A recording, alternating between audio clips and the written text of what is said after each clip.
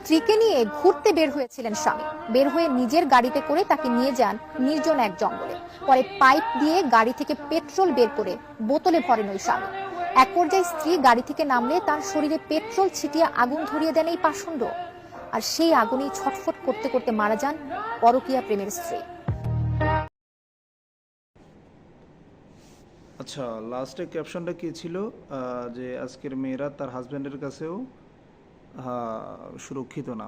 বুঝলাম। আচ্ছা, কাহিনীটা হচ্ছে কি, যেটা তো আপনারা দেখলেন, মেয়ের সাইডটা তো আপনারা নিউজে দেখলেন যে মেয়েকে পুরো মেরে ফেলা হয়েছে। কিন্তু ছেলের সাইডটা আজকাল কেউ জানতেই চায় না যে ছেলেটা কেন, আসলে এমন কি কারণ ছিল যে সে তার নিজের ঘরের বউকে আগুন দিয়ে পুড়ি মারতে হয়েছে। হ্যাঁ, তো আমরা এই বিষয়টা জানবো হচ্ছে যে ছেলেটা ছিল হচ্ছে বিদেশি, অর্থাৎ প্রবাসী।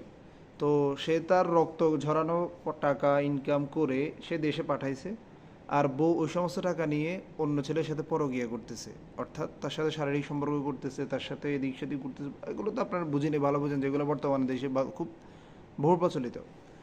তো স্বামী, তার ছেলে সন্তানও ছিল। তো এক পর্যায়ে স্বামী জানতে পারে যে প্রস্তুত তাকে ছেড়ে ওই তার যে বয়ফ্রেন্ডটা ছিল ওই বয়ফ্রেন্ডের সাথে বউ চলে যাওয়ার জন্য বউ প্রস্তুত, অথচ তার ছেলে মেয়েও ছিল, ছেলে মেয়ে সবগুলা রেখে চলে যাওয়ার জন্য। তো স্বামী এগুলো জেনে দেশে চলে আসে, ওকে অনেক বোঝানোর চেষ্টা করে, কিন্তু হয় না।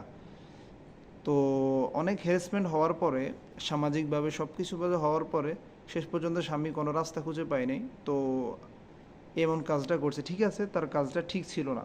হ্যাঁ, তার কাজটা ঠিক ছিল না, কিন্তু আপনি নিজেই একবার চিন্তা করে দেখুন, যদি তার জায়গায় আপনি থাকতেন, আপনার ছেলে সন্তান থাকতো, আপনার রক্ত ঝরানো ঘাম ঝরানো টাকা যদি আপনি আপনার বউকে দেওয়ার পরে সে এই সমস্ত কিছু ছেলে সন্তান রেখে টাকা পয়সা নিয়ে পরপুরুষেরা চলে যেতে চায়, ওর জায়গায় নিজেকে একবার রেখে চিন্তা করুন আপনি কি করতেন।